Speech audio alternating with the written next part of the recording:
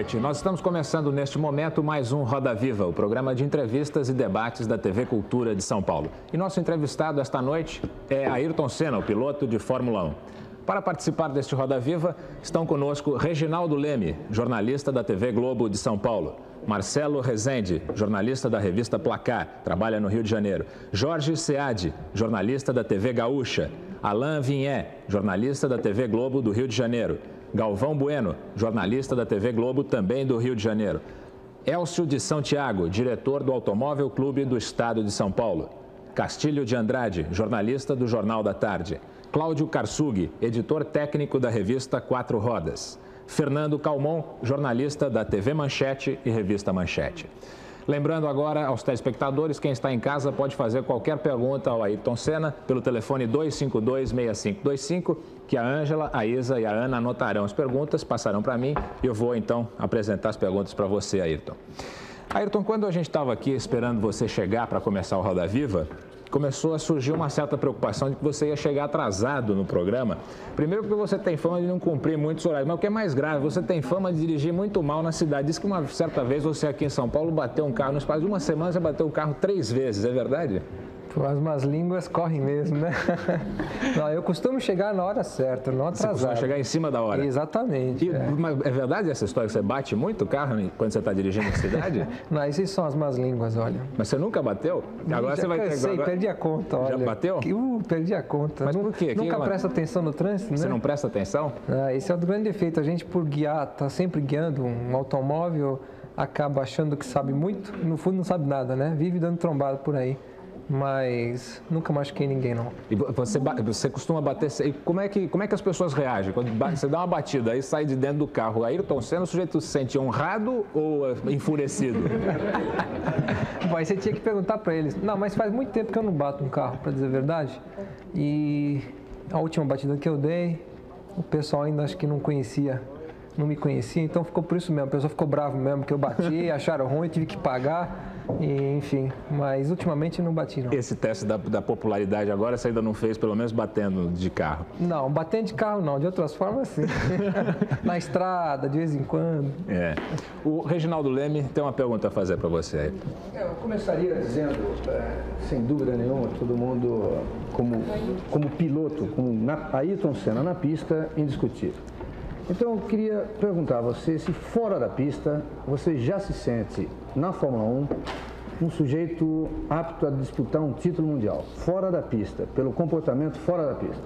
Pois, já foi direto, hein? Não deu nem folga, nem deu nem uma aquecida. Olha, eu acho que eu apenas iniciei na Fórmula 1, tenho 3 anos, sou bastante jovem. E tenho ainda dentro de mim todo aquele ímpeto, aquela vontade de chegar lá rápido, né? Mas, embora com esse ímpeto, nesse tempo que eu fiz de kart, a minha vida, praticamente toda a minha vida, a gente adquiriu experiência de uma forma natural. E isso ajuda muito. E eu particularmente acredito, lógico, que eu tenho condições de lutar com qualquer outro piloto por uma boa colocação e por um campeonato. Mas não é fácil. Dentro ou fora da pista é muito difícil, Reginaldo, porque você muitas vezes encontra adversários que são bem mais difíceis do que o carro de corrida ou um outro piloto. Enfim, você está bem dentro da Fórmula 1, você sabe o que é isso. Ayrton, uma coisa, só na apresentação do programa, esqueci de te apresentar, o Paulo Caruso, cartunista ali em cima, ele está fazendo algumas charges suas que a gente vai mostrar no programa e depois você vai ver. Cuidado com a aerodinâmica aqui, vai devagar. Aí você estava falando da sua preparação para ser campeão também fora das pistas. O que um piloto de Fórmula 1 precisa? Como é que tem que ter a cabeça para ser campeão? O que é necessário? O que precisa? Bom, antes de tudo você precisa ter muita calma, tranquilidade e assessoria. Você precisa de ter gente que realmente está na retaguarda, te dando as dicas, te ensinando e procurando minimizar as mancadas, né? E ir com calma. Acho que a regra principal é saber se segurar. E é um grande problema, porque um jovem tem o ímpeto, tem a vontade de fazer tudo correndo, e eu sou muito assim, por dentro. Mas, ansioso. Exatamente, mas errando, eu fui aprendendo e estou aprendendo ainda que você tem que, de vez em quando, dar uma freada, né? Engatar uma reduzida, diminuir um pouco o ritmo, porque você acaba perdendo muito mais do que ganhando com muito ímpeto, né? O Castilho de Andrade, do Jornal da Tarde, gostaria de te fazer a próxima pergunta. Vamos continuar esquentando aí. Eu quero agradecer o distintivo que ele me deu e perguntar para ele o seguinte: você começou, chegou aqui, sentou, a primeira coisa que você disse assim, política, vamos com calma. Por que aí? Não perdoou nada, roda. Olha, Castilho, eu nunca me envolvi em política por duas razões. Primeiro, não entendo nada. E segundo, não gosto. Meu negócio é esporte, é a minha vida particular, é a minha família, meus amigos. E faço aquilo que gosto. Tenho o privilégio de fazer aquilo que gosto. Então, eu realmente não gosto de falar em política, porque não sou a pessoa indicada. E eu acho que quando você não entende o assunto, melhor ficar quieto. Você não gosta de falar em público, mas provavelmente entre os seus amigos você fala de política. É lógico, você tem que participar, mesmo com alguma restrição, porque isso diz respeito a você, dia a dia, direto ou indiretamente diz respeito a você. Então você tem que saber o que está acontecendo e procurar ter um mínimo possível de informação para ter as ideias corretas, né? Formalizar as ideias corretas, mas não gosto de participar na política. A primeira vez que eu participei em política foi nesse ano com o negócio do governador do estado de São Paulo, e porque me senti motivado e embora ele não tenha vencido, que foi o José Hermílio de Moraes, eu sou Antônio Hermílio de Moraes, desculpa.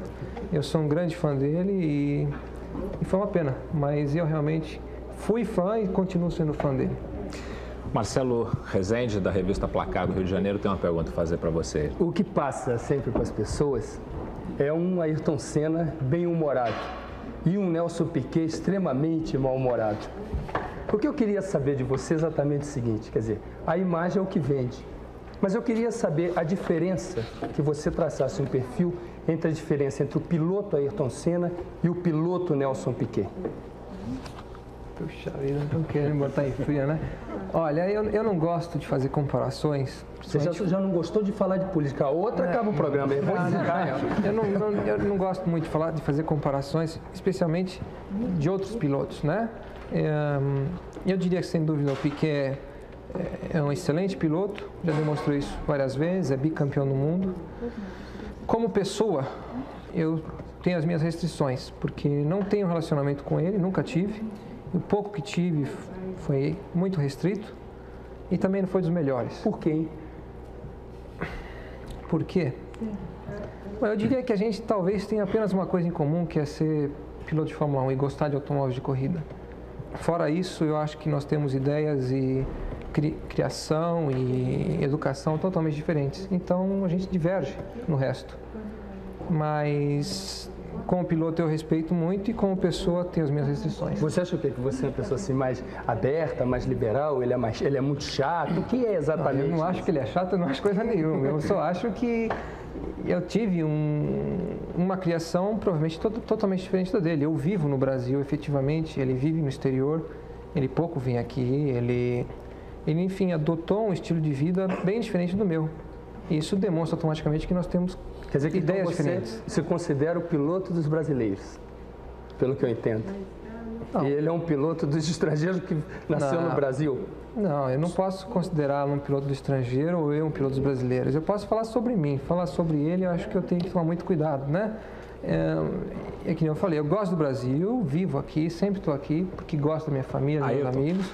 E sobre o Piquet, eu acho que ele carrega as cores do Brasil, mas ele não vive o Brasil. Ele vive um outro mundo, ele vive o exterior, ele vive a Europa mais do que você qualquer diria pessoa. que o Piquet é mais snob do que você? Essa coisa dele viver fora, você aqui, o que explica pra gente o que é isso?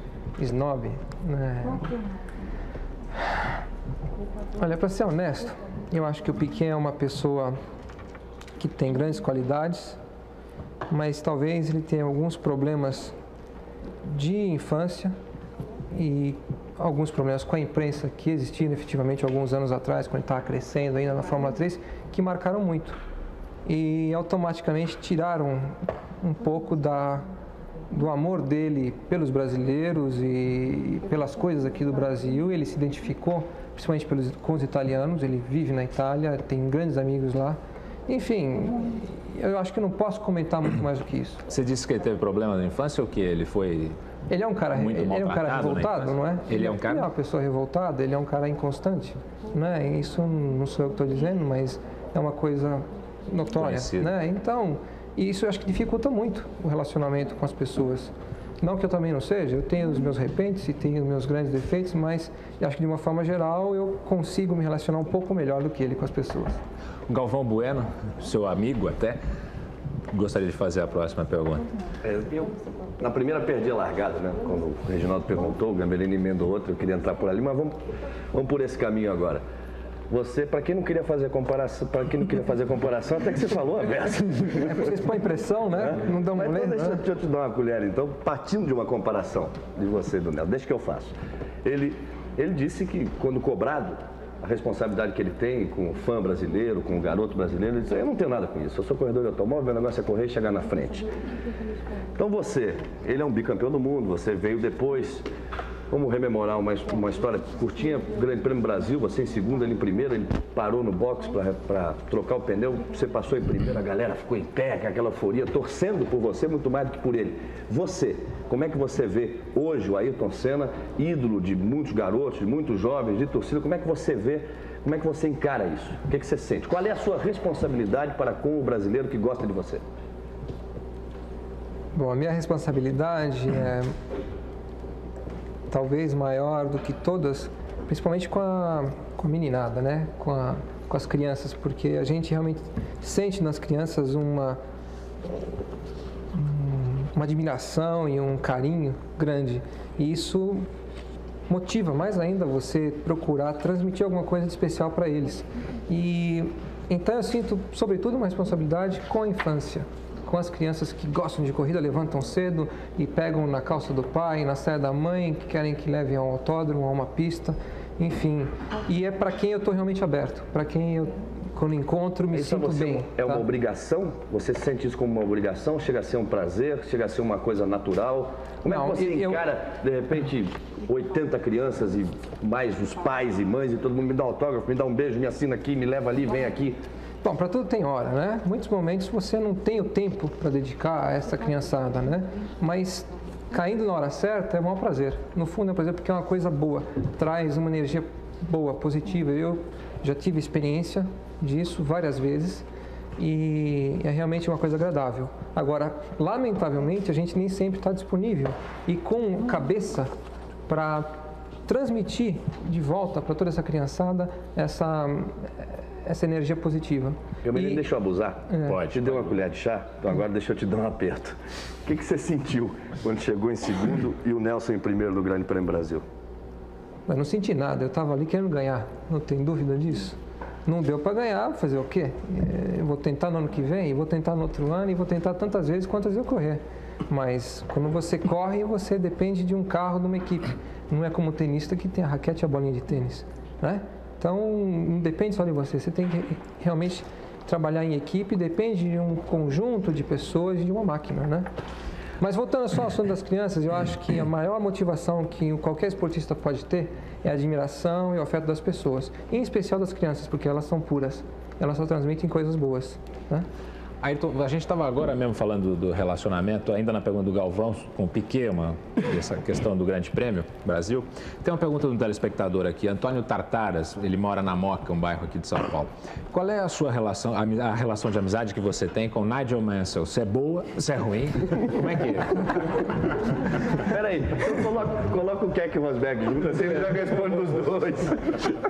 Então, vamos aceitar a sugestão do Galvão. Então, com Nigel Mansell e com o Keck Rosberg. Olha, com o Mansell eu tenho alguns episódios a citar, né? Infelizmente, em 2 oportunidades a gente teve um encontro e ele foi quem saiu da pista. E por acaso, lógico, né? Bom, e ele não ficou nada contente. E isso dificultou um pouco o relacionamento da gente, porque a gente está ali competindo, próximo, e o objetivo de todos nós é vencer. E como ele saiu da pista e bateu e ficou fora da corrida, botou a culpa em mim, jogou a culpa em cima de mim. E eu não aceitei, lógico, você tem que lutar e não ajuda no relacionamento. com o Keck, inclusive no episódio com o próprio Mansell, ele tentou uma ultrapassagem, estava liderando a corrida no ano passado no Grande Prêmio de Brands Hatch, eu liderando, o Keck em segundo, o Mansell em terceiro. Aí o Keck foi tentar me ultrapassar, não conseguiu, rodou, voltou para o box, furou o pneu, tirou um piquet na jogada também e voltou para a pista exatamente uma volta atrás, bem à frente de mim, né? Mas uma volta atrás. Ele pegou, me segurou, trancou, eu fui obrigado a não ultrapassá-lo, que ia ter um acidente, e o Mansell pegou, me passou nessa. Aí ele deixou o Mansell passar, quando eu fui me enfiar, ele trancou de novo. Então eu vi que ali, se eu entrasse, eu ia voar fora da pista. Eu ia ter alguma coisa a perder, ele não, porque ele estava uma volta atrás. Mas o relacionamento dentro da Fórmula 1 entre os pilotos é difícil, porque a competição é tão grande e acirrada que realmente dificulta o relacionamento de todos nós, né, como pilotos. Tanto dentro como fora da pista. O problema fora da pista é que você nunca se encontra. Cada um vive num país, tem hábitos diferentes, costumes diferentes, hobbies, né? E a gente se encontra justamente num final de semana na competição, onde o clima não é propício a uma amizade. E esse encontro no clima da competição já deve ser uma coisa terrível, né? A pressão que a gente vive é muito grande nos finais de semana de corrida, não é só no domingo a corrida, aquilo vem crescendo já na quarta-feira que antecede, na quinta você já está no autódromo, sexta e sábado tem treinos, classificação, e aquilo vai crescendo, né? E é realmente difícil de você manter a calma, a tranquilidade, não cometer erros, para não prejudicar os outros e também acabar não se machucando, né? Ô, Ayrton, só para aproveitar o Piquet, o Mansell, aí junta tudo num balaio só. Me diga o seguinte, a sensação, eles acompanham e eu fico ali na televisão, escutando lá o Galvão, o Reginaldo, mas me passa a sensação seguinte, que a briga entre o Mansell e o Piquet acabou dando o título ao Prost. Eu queria saber você, num problema, por exemplo, que você fosse da Williams e tivesse que se relacionar numa equipe inglesa com o Mansell, você teria usado da mesma estratégia do Piquet ou você teria ajeitado um jeitinho brasileiro para resolver aquilo e não levado muita ponta de faca? Olha, uma coisa é certa. Esse é o programa do Suspiro, que eu nunca vi ninguém suspirar. Está apaixonado? Uma coisa é certa. O piloto com a imprensa tem uma dificuldade muito grande, normalmente, de manter um relacionamento. E a imprensa escreve muita coisa que a gente nem chega a dizer. Então, eu não tenho dúvida que muito do que se escreveu, do que se disse da intriga de Piquet e Mansell, não era tanto assim. Mas é um assunto, é matéria e o pessoal vai em cima, o que é normal. E eu não posso dizer que eu estivesse no lugar do Nelson, eu teria agido da mesma forma. Eu acho que a reação de qualquer piloto dentro de uma equipe, principalmente se tem um companheiro forte, é de tentar ter a equipe ao seu lado o máximo possível. É o apoio que você precisa na hora do vamos ver, que faz a diferença. O Mansell era inglês, a equipe é inglesa, o Nelson estava entrando na equipe, mas o Nelson era bicampeão do mundo, o Mansell não era. Então acho que as coisas se balançaram, se equilibraram, né? E tanto é verdade que no final a diferença entre um e outro foram 3 ou 4 pontos.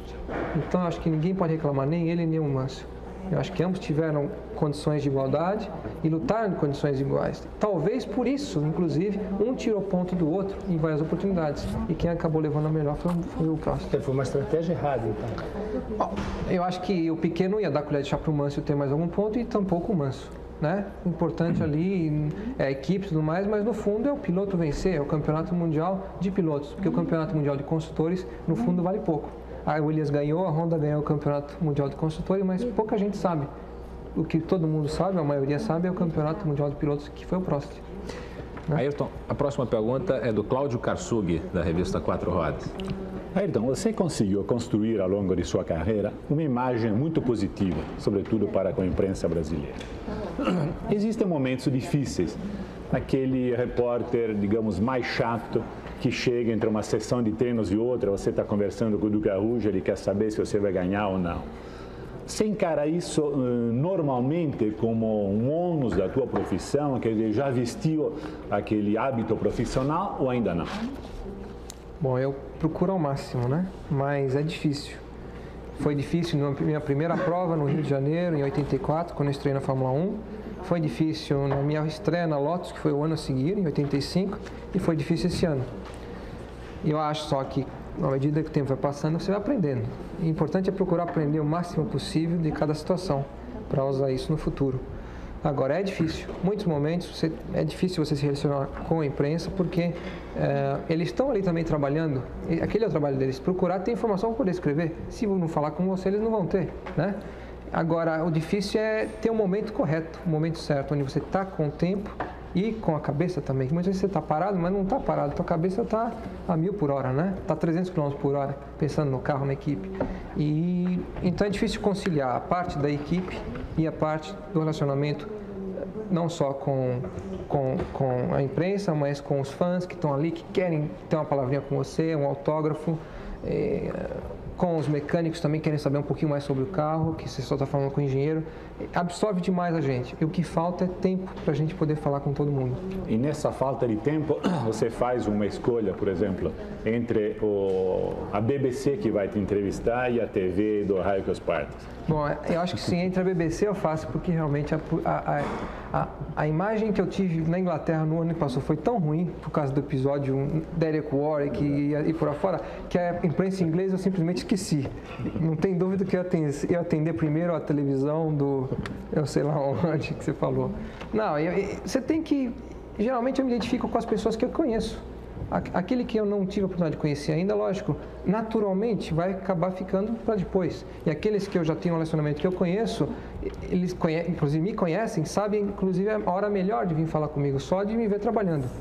Então, acaba se selecionando de uma forma natural, de acordo com o relacionamento pessoal. Ayrton, agora há pouco você estava falando de crianças e nós temos uma pergunta gravada do Rubens Barrichello, que é campeão de kart. E eu gostaria que você respondesse essa pergunta. As perguntas entram por aqueles monitores ali, por favor. Bom, Ayrton, é um prazer estar aqui com você, conversando. E, primeiramente, eu quero te agradecer pelo todo o apoio que você está me dando lá na Itália, com a DAP. E quero dar os parabéns para você pelo seu grande ano na Fórmula 1. Quero dizer também que eu já sou um grande fã seu. E que a minha pergunta é o seguinte: qual foram as suas dificuldades depois do kart, até a Fórmula 1, passando pela Fórmula 3 e tudo mais? E depois de tudo isso, eu quero te desejar boa sorte e que um dia a gente possa formar uma primeira fila aí numa Fórmula 1, até numa mesma equipe. Por favor, Barrichello, eu comecei no kart, como todo mundo sabe, e tenho um carinho enorme. É o esporte mais emocionante que existe, mais do que a Fórmula 1, inclusive, que você faz com mais amor ainda. E eu diria que as dificuldades maiores que um piloto encontra no início da carreira é justamente porque você tem que provar primeiro para conseguir o apoio. E você precisa do apoio para chegar lá. Então eu tive a felicidade de ter o apoio da minha família. Sempre, desde o início, tiveram por detrás e me seguraram nas horas mais difíceis e me deram a oportunidade, então, de poder desenvolver essa atividade desde pequeno. E tive, então, a possibilidade de correr em bons karts, com bons motores, em bons carros, em boas equipes, e dali pude me dedicar totalmente a essa profissão.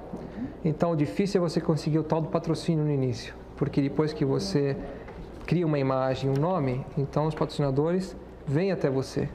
E ali a necessidade já não é tão grande. E justamente no início, onde você não tem ainda a imagem, o nome, é que você precisa dos patrocinadores para chegar lá.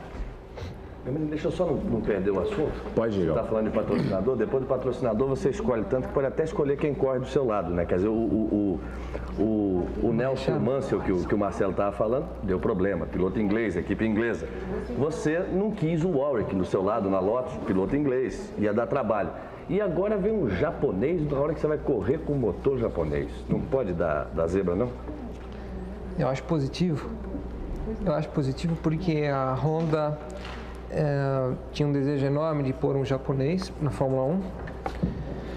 Conseguiram, na Lotus, a gente conseguiu o motor da Honda, eles pediram para ter um companheiro de equipe meu, Nakajima, a equipe concordou.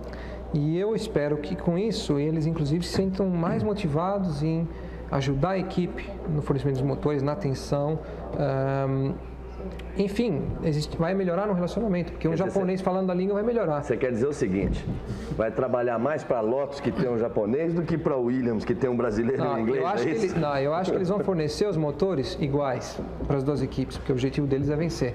Esse ano eles erraram, eles concentraram numa equipe e perderam o campeonato. Então, por isso, eles vão investir em duas equipes, para jogar em dois times, né? Agora, eu tenho esperança que no relacionamento, que é muito importante com os técnicos e tudo mais, onde você aprende mais sobre o equipamento, é que vai ajudar. Porque tendo o Nakajima lá falando a língua deles, e quem treina, inclusive, com os motores Honda já há 3 anos, com um carro no Japão, mensalmente ele anda 2, 3 dias. Ele que desenvolveu. Ele desenvolveu o motor Honda, então ele conhece muito bem. E isso vai ser muito positivo para a Lotus. E mesmo porque a Honda está participando no projeto com a Lotus, na construção do carro, e os japoneses gostam demais disso, eles gostam de participar realmente na parte técnica.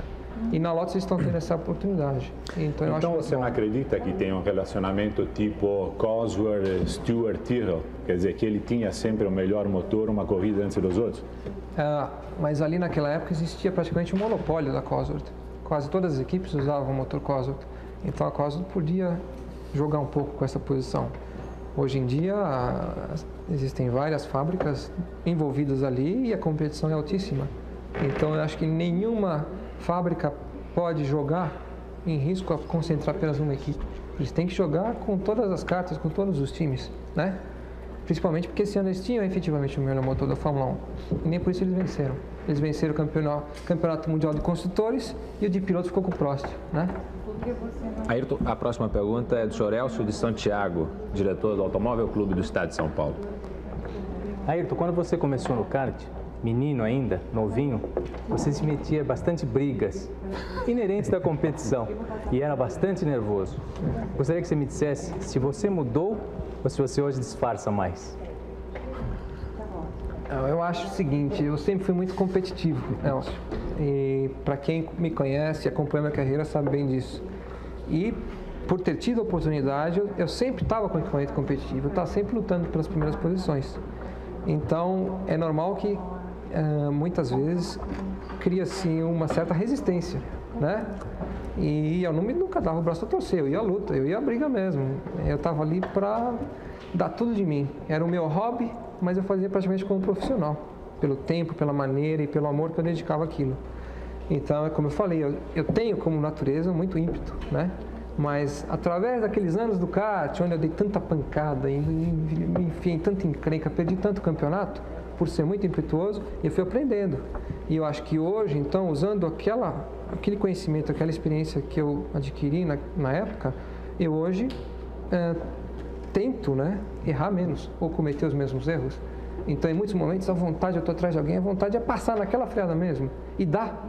Mas é arriscado, então você é obrigado a segurar um pouco. Isso que é o mais difícil, é ter o autocontrole, o domínio para esperar uma hora mais calma, mais segura ainda, mais tranquila. Ou não querer já largar e já sair botando uma volta em todo mundo, quando você tem um equipamento, tem condições difíceis. Ayrton, é segurar as pontas, né? Qual foi a prova mais forte, mais assustadora que você já teve da sua falibilidade na direção de um Fórmula 1? Porque é uma coisa que deve surgir muito, né? Está dentro disso que você está falando. No Fórmula 1? Quando você percebeu que você tinha cometido alguma besteira de ter se cedido? Olha, não foi nem no Fórmula 1, foi no kart. Como é que foi? Foi no kart, foi na Itália, durante um treino extraoficial, no finalzinho do treino extraoficial. Na penúltima volta que eu estava fazendo, o kart levantou em 2 rodas numa curva lá, que era em altíssima velocidade. E eu não dei bola para brincadeira, eu falei, o kart sempre tinha uma tendência de levantar. Eu falei, não, tudo bem. Na volta seguinte, vim de novo no mesmo ritmo. E o kart levantou e saiu de faca e eu bati numa cerca e o kart me prensou com a cerca, né? E graças a Deus não aconteceu nada de grave, mas eu me quebrei por dentro todinho. E aquilo foi uma prova para mim mesmo de que eu estava ali envolvido com o ímpeto de ir mais rápido. E não estava pensando, não estava raciocinando. E aquilo me trouxe um acidente. Na Fórmula 1 já passei perto de muitos acidentes, mas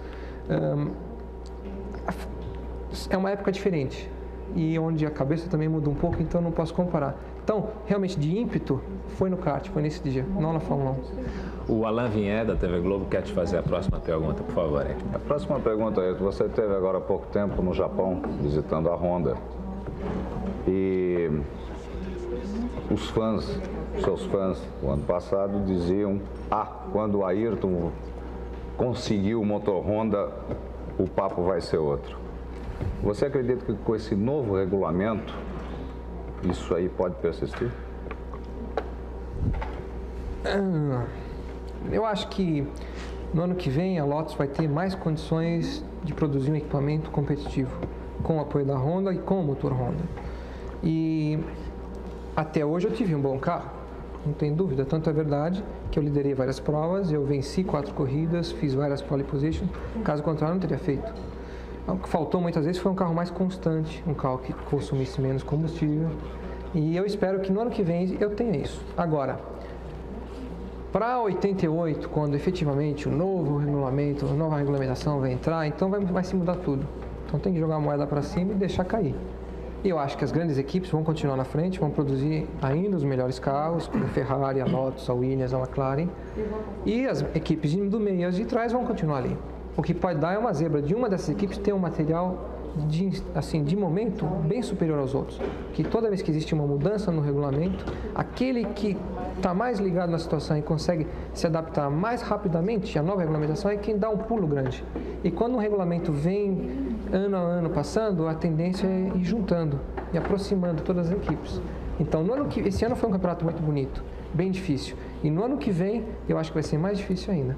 A Ferrari vai entrar na jogada, esse ano eles não estavam bem, acho que eles vão estar. A Williams vai estar forte de novo, a McLaren vai. E eu acho que a Lotus vai estar mais forte, novamente, do que esse ano. Então vai ter uma briga maior ainda. Pelo chassi ou pelo motor? Pelo conjunto, eu espero. Porque não vai ser só o motor que vai vencer o campeonato. Vai ter que fazer um carro de acordo com o motor. Aí, aproveitar que você está de frente, você está rodando tudo, tanto. E quem roda ultimamente é o Piquet, né? Você não anda rodando tanto. Eu queria saber o seguinte. Marcelo não gosta do Piquet, não? Não, eu gosto. Mas é que eu me lembro. Casualmente ele roda. Agora ele não está rodando tanto. O que você é solteiro, deve ter uma namorada aí, daquela história que esconde a namorada, por aí vai. É fria, hein? Essa é fria, né? Mas o mundo da Fórmula 1, né, para quem está do lado de cá, no anonimato, ele é sedutor. Porque o que aparece é o seguinte, aquelas menininhas ali de saiote curto e tal, você deve receber um monte de cantada e tal, e tem que administrar isso muito bem. Você mas eu tenho um departamento competente só para essa área. Como é que é isso? Como é que é esse mundo? Você recebe muita cantada, você recebe muita proposta? Como é que é esse outro lado da Fórmula 1? Não, que nem eu falei, um piloto precisa ter uma boa retaguarda, certo? Precisa ter uma equipe muito boa para te dar assessoria. Então, eu também tenho uma boa assessoria nessa parte, né? Que toma conta... Marca para você? Não. Primeiro verifica, né? Verifica. Chega na hora de largar. Não, é brincadeira. Olha, a Fórmula 1 tem a imagem, né? Das corridas e das mulheres bonitas e do dinheiro e disso, dos iates, dos carros, aviões e tudo mais. Eu posso dizer para você o seguinte, para um piloto que está realmente disposto a lutar por um campeonato e tem um pouco de responsabilidade, que existem 200 ou 300 técnicos trabalhando para você o ano inteiro dentro de uma equipe, para te dar um carro competitivo, então tem hora para tudo. É? Você tem uma regularidade, assim, uma coisa tramada? Como é que é isso? E levando sobre esse aspecto, né? No final de semana de corrida, vou te dar um exemplo, a gente chega na pista quinta, vai direto para a pista, fica o dia inteiro lá, são os últimos preparativos para o final de semana. Na sexta chega de manhã cedinho, fica o dia inteiro lá, com a cabeça desse tamanho, sai de lá, vai para o hotel, muitas vezes 8, 10 horas da noite. Você quer comer, dormir, que não aguenta mais, e tem que estar descansado para o dia seguinte. E do sábado para o domingo a mesma coisa. Acaba correndo no domingo, você sai correndo para o aeroporto, pegar um avião para ir para casa. O que mais você quer ir para casa descansar e desligar daquela loucura, que é realmente tanta gente em cima de você, tanta gente querendo saber e falar e fazer fofoca, e tanta gente querendo te botar em fria, principalmente, que você tem que estar super ligado para não dar nenhum escorregão. Então, quando acaba a coisa, você quer se esconder, você quer ir para casa. Mas uma mulher não pode esquecer. Mas uma mulher não ajudaria nesse relaxamento? Quem aproveita, então, é a sua retaguarda. Vai queimar? Mas como eu sou um rapaz muito comportado, eu mantenho a linha. Marcelo, eu não vou perguntar para ele, não, que ele vai ficar zangado comigo, mas pergunta para ele quando não pode sair do motorhome. Tem mais de um esperando, confusão, como é que é esse negócio? Não relaxa? Você, por exemplo, não tem... Eu que lido mais com a área de futebol, eu conheço alguns... Eu conheço alguns jogadores famosos e tal, que achavam normal e tal, assim, relaxava, descontraía, entrava no campo melhor e tal, não sei o que. Você não. É difícil você relaxar, viu? É muito difícil, não dá nem tempo. Olha. Não dá para relaxar, imagina, né? Não tem condição, não. Ou você faz uma coisa ou faz outra. Aí, aproveitando, você tem vindo mais frequentemente a São Paulo, até um calendário. Agora a entregação. Não, ultimamente você passou a vir quase praticamente. Não vai ter os comerciais, não? Depois de todo o grande prêmio. Quem é a namoradinha nova? Namoradinha nova, mas olha só. Eu vim ao Brasil sempre que posso, sempre foi assim. Teve vezes que eu tinha 5 dias de folga só e eu pegava o avião e vim para cá, viajo 11, 12 horas, porque eu tenho um laço muito grande com poucas, não muitas, mas grandes pessoas. A minha família, meus amigos, minhas amigas, né? E realmente eu gosto de estar aqui, eu tenho uma base na Inglaterra, quando eu estou na Europa, mas não consegui me adaptar à vida da Europa. Eu realmente sinto necessidade de estar aqui em São Paulo, aqui no Brasil. Ô, Ayrton, nós estávamos conversando, eu e o Rodolfo, no início, antes do programa começar, e ele estava me dizendo, o Ayrton Senna queria que a Luísa Brunet viesse entrevistá-lo. O que será que ele estava pensando? Por quem que a Luísa Brunet? Bom jornalista não deve citar as fontes, hein, Marcelo? De dar informação. Essa conversa de vir aqui no programa, saiu semana passada, no jantar, tal. Eu falei, tudo bem, vamos fazer isso. Mas tem que botar uma presença feminina lá também, para botar um colorido, né? Afinal de contas, só homem. Não tá com nada, né? Você citou nominalmente. Essa questão de Luísa. Eu admiro a Luísa Brunet, vou fazer o quê? Admiro ela, eu sou um fãzão dela. Vocês são amigos? Não conheço a Luísa Brunet, então tá aí, não vai maldade. Você não a conhece? Não conheço. Não conhece. Simplesmente admiro. Quem é, na tua opinião, a mulher mais bonita do Brasil no momento? Você vê em revista. Agora você tá querendo botar em fria, pô. Parece que você vê em TV, vê em revista, vem no cinema. Olha, a mulher brasileira realmente está de 10-0 em qualquer outra mulher aí pelo mundo. Então a mulher brasileira tem o charme, tem a ginga, sabe se vestir, sabe combinar cores e é uma parada. Não existe a mulher mais bonita, a mulher se torna bonita, né? Mas um tipo que te chama a atenção, assim, Brunet, a Xuxa, um manequim, assim. Você botou uma no colo esse ano, não foi? Como é que é? Você botou uma no colo esse ano. Botei uma no colo, Ué, saiu na fotografia da manchete. Saiu. Foi fria de vocês que me colocaram nessa fria lá na fotografia. Você botou no colo? Você teve problema no seu colo? Não tá dando, não. É tirar uma fotografia junto, Galvão. Foi só fotografia. Você falou da mulher brasileira. Você teve namoradas na Europa e prefere namorar as brasileiras? Como é que é isso? Olha, nas poucas tentativas pela Europa, as experiências não foram das melhores, então eu continuo com as brasileiras. É? Por que você está rindo? Porque sim, pô. Olha, eu ouvi falar que em Portugal ele não queria sair mais, a primeira vez que ele foi para lá. Não queria sair mais? Agora é problema dele dizer se sim ou não. Qual é a história aí? Agora ele tem interesse. Estou sabendo que Portugal tem coisa lá, então não sei se é sério. Portugal, que é. Você explica. Tem uma prova do Campeonato Mundial de Fórmula 1, pô. Lá no Estoril, pô. E vários testes. Muitos testes. Cansativos. Exaustivos. Ele costuma dizer o seguinte, quando eu tenho folga, eu vou para 2 lugares, ou para o Brasil ou para Portugal. Come-se bem em Portugal, rapaz. Você não come-se muito bem lá, aquelas gambas e tal. Não tenho nada com isso. Não, né? Então tá bom. Aí, deixa eu te tirar do sufoco aí, ó. Tá. O negócio é o seguinte, você está há 3 anos na Fórmula 1, em 83 você estava na Toleman, uma equipe fraca. Em 84. Desculpa, 84. E depois você esteve na Lotus, onde você teve que conquistar o lugar de primeiro piloto até chegar a essa posição e finalmente você não teve um carro competitivo. Esse ano todas as coisas estão convergindo para as pessoas te considerarem favorito. O fato do motor Honda, o fato de ter um japonês na equipe. Isso está me lembrando um pouco a história do Alain Prost em 82, que todo mundo dizia, já é o campeão. Esse peso do favoritismo não acha que vai te atrapalhar esse ano? Obrigação de ser campeão do mundo no primeiro ano que você vai ter tudo a seu favor? Uma obrigação ninguém tem de ser campeão do mundo. Quem tem mais é o Prost de vencer de novo, porque ele é o bicampeão. Ou o Piquet, que é bicampeão do mundo, de vencer novamente depois de tantos anos. A obrigação que eu tenho é de dar o máximo de mim, realmente procurar desenvolver o carro da melhor forma possível, me dedicar ao máximo à equipe e realmente à luta, procurar ser campeão. Mas obrigação ninguém tem. Sei, mas isso daí não vai pesar na sua atuação, que todo mundo vai te cobrar esse campeonato esse ano. Você pode ter certeza, vai ter 135 milhões de brasileiros te cobrando. Esse ano aqui, pô. Esse ano aqui, com o negócio que eu era o único piloto realmente de peso na equipe e tudo mais, a equipe ia concentrar em mim e tudo mais. Era pequena frente a uma Williams Honda, né? Pequeno não, eu fiquei na luta no campeonato até mais da metade, inclusive estava na liderança do campeonato. Mas por um mérito próprio, né? Exclusivamente por mérito seu. Não existe mérito de uma pessoa, hein, na Fórmula 1. O mérito existe de uma equipe. São os mecânicos, os projetistas, os patrocinadores que financiam o equipamento, os fornecedores de motores, de pneus, enfim, é um conjunto de pessoas, né? Tinham outros correndo por Renault, mas só você apareceu, né? Eu tive, provavelmente, melhores condições do que os outros, de produzir mais do que os outros. Né? Você não acha que vai ser mais cobrado esse ano?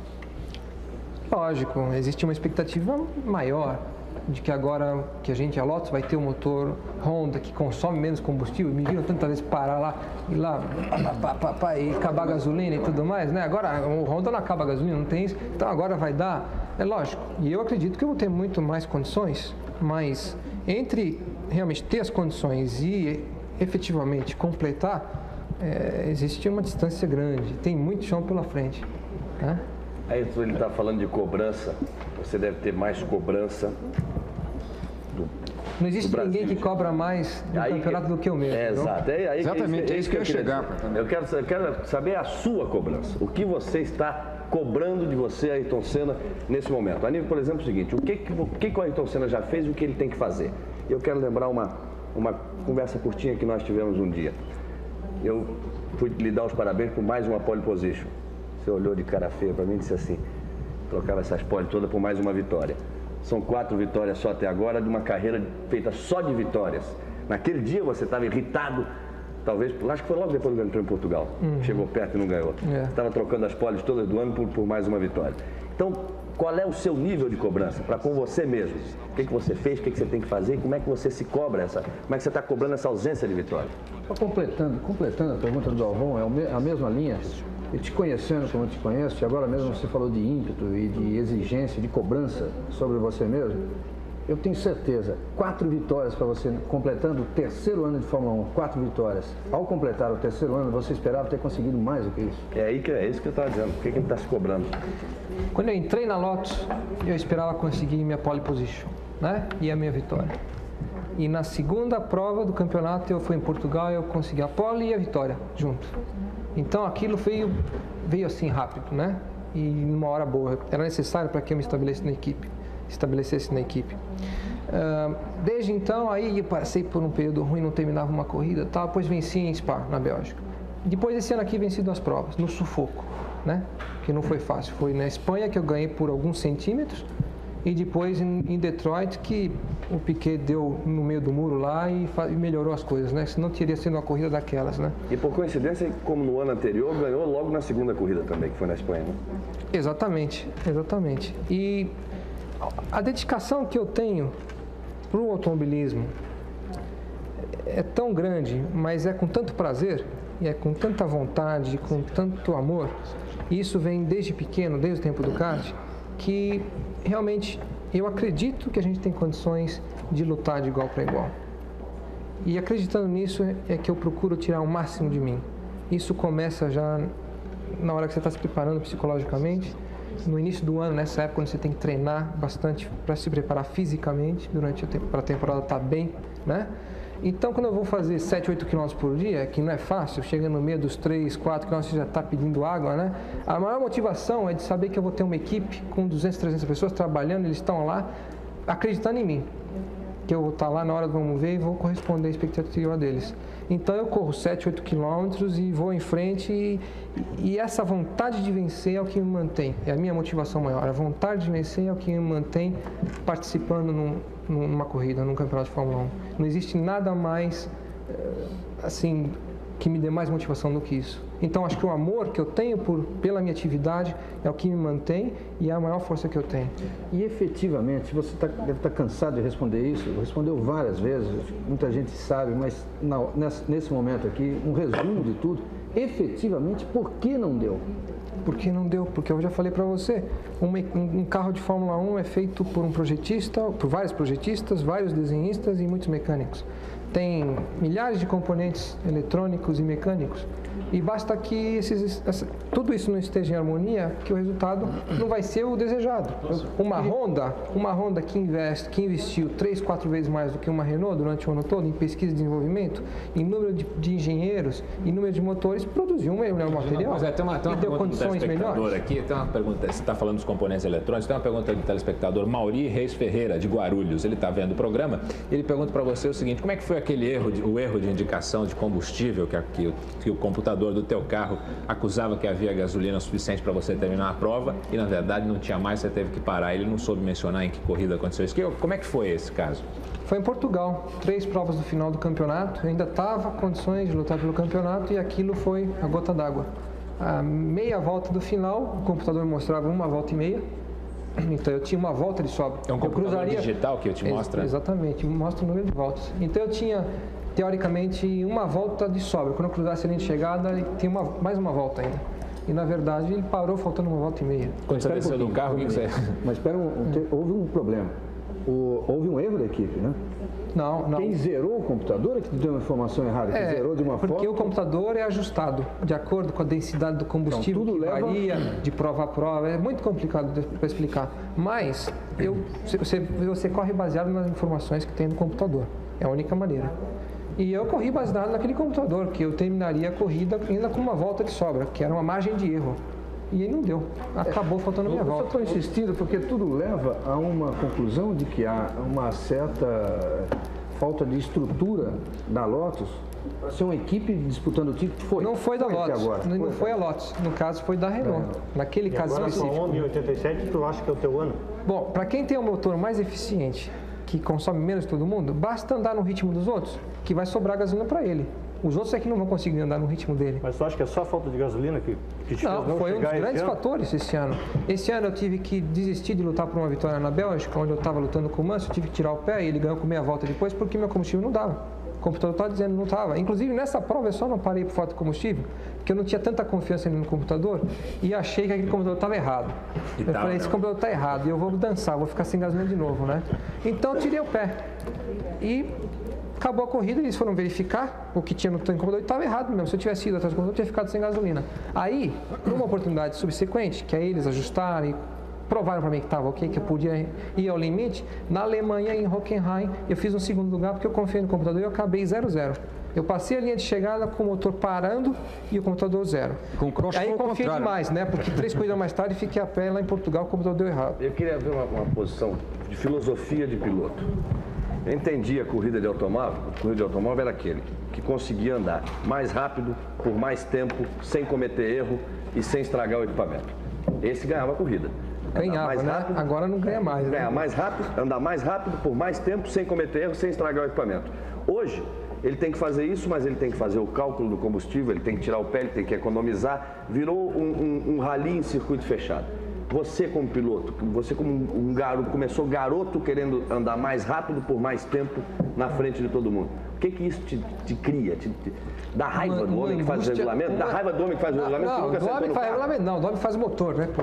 Porque o homem faz regulamento é igual para todo mundo. O que faz o motor que não é igual ao outro é que... Não, mas o homem que faz o regulamento que nunca sentou no carro e nunca andou a mais de 60, não dá raiva dele, não? Para quem nesse ano, por exemplo, está no lugar do Mansell do Piquet, era a melhor coisa do mundo, porque nas provas com mais dificuldade de combustível, que de acordo com a prova existe maior dificuldade ou não, eles estavam dando risada, porque existia só um competidor para eles. Ou era o Piquet para o Mansell e o Mansell para o Piquet, porque os outros não tinham condições de lutar, manter o mesmo ritmo. Podia até dar junto, mas depois tinha que tirar o pé. Isso é frustrante. Eu estou dizendo como filosofia, de repente você não se sente meio motorista de táxi sentado no Fórmula 1? Esse ano aqui, na prova do Canadá, foi a pior prova que eu fiz durante o ano todo. Eu fiz 5º lugar, eu já dei a largada devendo, né? Eu já sabia que aquela corrida ia ser um sufoco. Eu larguei, passei a primeira volta, olhei no computador, já estava devendo. Já saiu com -1. Então não tinha jeito, né? Eu fiquei passeando a corrida inteira e eu tirava o pé nas retas, às vezes ia com meio acelerador para tentar economizar, e nesse mesmo eu estava aumentando o que eu estava devendo. Aí, tirando o pé na reta é mais fácil, não precisa ter tanta concentração, dá para pensar mais. O que você pensava ali no meio da reta? Eu fiz a corrida Você tinha raiva de quem? Eu fiz a corrida, não transpirei, não suei, não condicionava, não tinha bolha na mão, não tinha nada, porque não tive que dar todo aquele Não foi parar no empenho. ambulatório no fim da corrida? Não tive que dar todo aquele empenho. Porque só faltou o passageiro dar o sinal, é isso? Eu vou te contar. O sinal a 300 por hora é acedor. Deixa eu te fazer uma pergunta que sempre me passa o seguinte. Como eles lidam com isso diariamente, não passa uma coisa que sempre me passa, e creio que para a maioria das pessoas que não estão ligadas nisso. Eu fico imaginando o seguinte, um sujeito que senta numa baratinha a 300 por hora em cima de um tanque de gasolina, ele é maluco, não tem outra solução para ele a não ser internado ou andar na baratinha. E aí eu te pergunto o seguinte, ora, para você ter a sensação da coragem, você tem que saber como é que é o medo, senão não funciona, né? Você nunca tem medo? Você não tem medo de estar ali, de repente errar numa curva, de repente vem o Mansell, que é teu amigo, e o Piquet, né? Te atropelam, quando bateu a roda com o Mansell... Medo eu não sei, mas eu tenho uma paura danada. Tem uma pergunta de um telespectador que entra exatamente nesse tema tocado pelo Marcelo Rezende, é do Giovanni Zanqueta, da Cachoeirinha. Ele pergunta, quando acontece um caso de um acidente fatal, de um piloto morrer na pista, o que acontece na cabeça dos outros pilotos? Tem a ver com medo, com a coragem? Sim, claro. Não ajuda, né? Mas eu acho que aí que está o domínio, o controle que você tem que ter, de saber analisar friamente o porquê daquele acidente e procurar eliminar a causa, né? E sair fora do problema. Então aconteceu com um companheiro de equipe meu, no ano passado, ex-companheiro de equipe meu, foi o Hélio, que teve um acidente num treino e teve a infelicidade de ser numa pista onde a segurança não era ideal e não sobreviveu. E assim como no ano antes, quando eu estava na Toleman, durante um treino para o Grande Prêmio da Inglaterra, um companheiro meu, logo no início do treino, saiu, deu uma batida de frente no guarda-reio, quebrou as pernas, quebrou o carro no meio, e eu passei do lado dele, parado no meio da pista, com as pernas encostadas no chão, tá? O carro tinha quebrado tudo na frente, eu vi aquilo e voltei para o box, procurando saber o que eu estava fazendo ali, percebe? Então, foi paralisado o treino durante muito tempo, até eles abrirem novamente, e o meu chefe de equipe chegou e colocou para mim, falou, olha, se você não quiser andar mais, nesse final de semana que tinha o Grande Prêmio na Inglaterra, a equipe inglesa, imagina, você não precisa andar. Então, ele colocou nas minhas mãos para decidir se eu queria ou não andar. Que eu deveria andar obrigatoriamente, para ele ter um contrato com a equipe. Então, aquilo tudo confunde. Se você não tiver realmente muito certo daquilo que você está fazendo e por que você está ali, tudo aquilo confunde. E o medo é uma das piores coisas, né, que pode acontecer com o piloto. O piloto nunca pode perder a confiança. Tem que manter sempre uma confiança de estar fazendo a coisa certa e dentro dos limites. Você faz um trabalho, você faz um trabalho assim, você tem algum amparo psicológico, ou você lê alguma coisa, enfim. Isso não pode, brota também em você, mas talvez você tenha, como você tem uma equipe para marcar. Eu acho que você adquire isso muito naturalmente, né? Com o tempo, treinos, corridas, e a experiência em si traz toda essa segurança para você. Então, nos momentos difíceis é que você vai e se agarra em tudo isso, né? Nessa experiência, para não balançar. Então, nesse próprio dia, dali uma hora, abriram a pista, eu voltei a pista, guiei e andei bem, foi a minha melhor colocação, fui terceiro na corrida no Grande Prêmio da Inglaterra com o Toleman. Enfim, então aquilo não me abalou ao ponto de eu perder a confiança e diminuir, tirar o pé.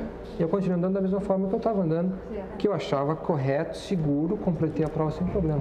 Mas o medo é um problema, você tem que ter muita consciência do que você está fazendo. Se você estiver fazendo loucuras, então isso vai acabar te prejudicando. Você vai ter um medo superior ao que você deveria ter, vai cometer um erro, inclusive, talvez por causa do medo, e vai se machucar, né? Ayrton, eu queria pedir a sua licença de todos que estão participando do Roda Viva para a gente fazer um intervalo e a gente volta daqui a pouquinho. Até já.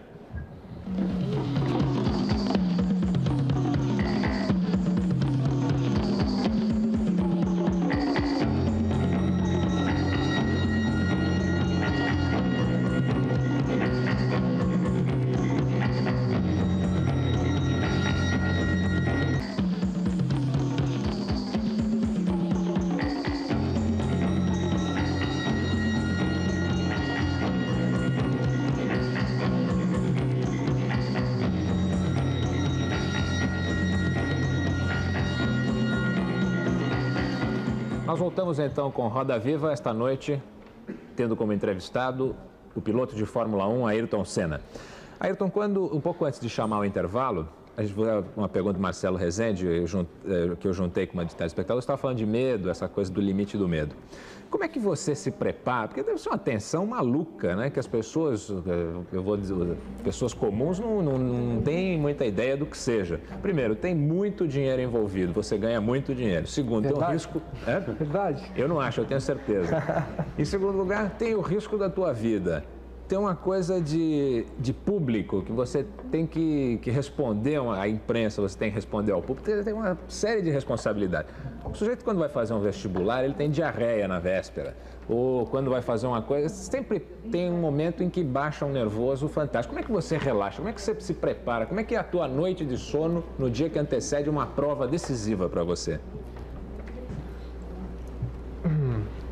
É muito relativo, depende como é que está o carro. Se o carro estiver bom, se estiver numa posição boa, então aquilo é uma pressão um pouco maior, porque você sabe que tem condições, depende de você. Mas ao mesmo tempo é uma motivação, então é um prazer de saber que você tem condições no dia seguinte de lutar, né? Quando o carro está ruim, aí é uma droga. Você já não dorme, fica pensando o que você vai fazer, o que você vai inventar para conseguir tirar aquela diferença, né? Então aí não tem sono que resista, né? Você já passou a noite acordado antecedendo corrida? Já passei, sim. Já passei, mas geralmente eu gosto de dormir. Durmo 10 horas. Gosto de dormir. Posso dormir até 10 horas por dia, mas geralmente noite anterior à prova eu durmo 6, 7 horas só. Dada a tensão. Por causa da tensão. É isso aí. E como é que você relaxa? O que você faz? Joga tênis, nada, joga futebol? O que você faz? Você tem um método de relaxamento? O que ajuda no medo, na segurança, para você ficar mais natural, no meu caso, é rezar. No que eu entro no carro de corrida, toda vez eu rezo. E é uma forma que eu encontro de ficar normal, natural, tirar aquela tensão, aquele nervosismo, aquele ímpeto, e aquilo faz com que eu fique bem tranquilo e tal. E na hora que o carro sai, aí se torna natural. Vai em frente. Mas qual é o tipo de ajuda que você pede para ele? Você pede para ele lá em cima? Você pede o primeiro lugar, é para não se machucar ou para ganhar? Os dois. Para ganhar sem se machucar. Exato. Ayrton, você diz que sempre procura ter muito cuidado para não entrar em fria. Recentemente, ou não muito tempo atrás, eu vi uma declaração do teu projetista, Gerard Ducarruche, em que ele dizia alto e bom som que apostava em você como campeão mundial para o ano que vem. Bom, o Gerard é otimista para burro, né? Você acha que isso aí te põe numa fria ou é apenas um ato de confiança dele em você? O Gerard é um francês, a italiana, a inglesa, enfim, ele é uma pessoa extraordinária. Tem um otimismo incrível, gosta demais daquilo que faz, é motivado pela atividade dele, que é o automobilismo.